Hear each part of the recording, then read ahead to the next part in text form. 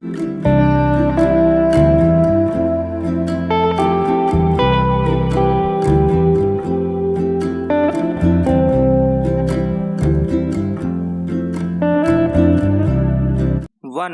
2, 3 start. कुछ विपक्षी दलों ने समान नागरिक संहिता पर जिस तरह सकारात्मक और तार्किक रवैया अपना लिया है, उससे कांग्रेस की दुविधा बढ़ जाना स्वाभाविक है। उसे इस दुविधा का परित्याग करने की आवश्यकता है, न कि अपने रवैये पर अड़े रहने की।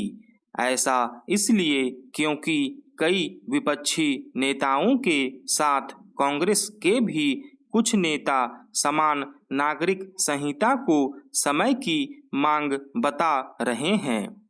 कांग्रेस को वोट बैंक की सस्ती राजनीति के कारण वैसी कोई भूल करने से बचना चाहिए जैसी उसने शाहबानो मामले में की थी। इसकी कीमत केवल उसे ही नहीं, देश को भी चुकानी पड़ी।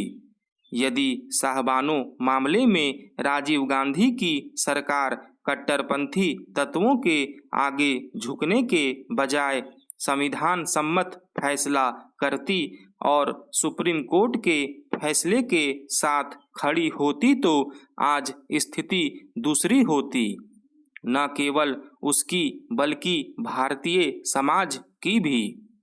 देश की सबसे पुरानी पार्टी कांग्रेस को यह स्मरण रखना चाहिए कि राजनीतिक दलों का एक प्रमुख काम जनता को दिशा देना और समाज सुधार के काम करना भी होता है। एक समय था जब कांग्रेस एक राजनीतिक दल के रूप में समाज सुधार के कामों पर भी ध्यान देती थी, लेकिन धीरे धीरे उसने सामाजिक सुधारों से मुंह मोड़ लिया और केवल वोट बैंक की राजनीति करनी शुरू कर दी। समान नागरिक संहिता के मामले में यदि विपक्षी दलों के साथ साथ कांग्रेस के पास कहने को कुछ है तो केवल यही कि आखिर उसकी पहल इसी समय क्यों की जा रही है।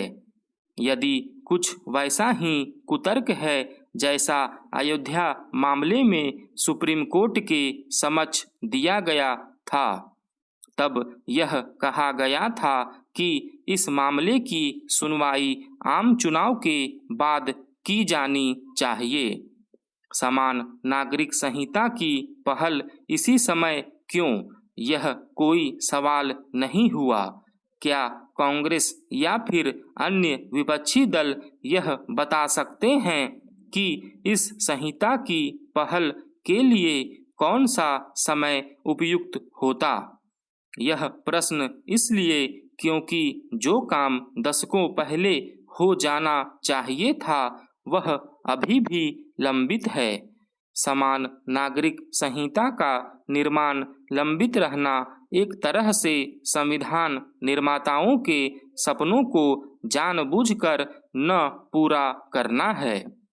कांग्रेस को इसकी अनदेखी नहीं करनी चाहिए कि जवाहरलाल नेहरू ने तमाम विरोध के बाद भी हिंदू कोड बिल के मामले में किस तरह दृढ़ रवैया अपनाया था।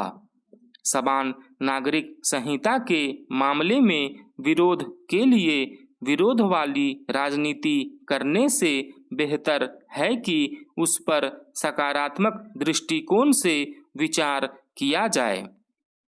माना जा रहा है कि संसद के आगामी सत्र में सरकार समान नागरिक संहिता का विधेयक लेकर आ सकती है।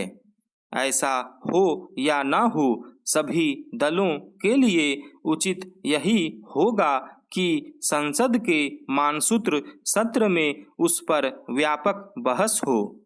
आखिर जब जनता के बीच उस पर बहस हो रही है तो फिर संसद में क्यों नहीं होनी चाहिए।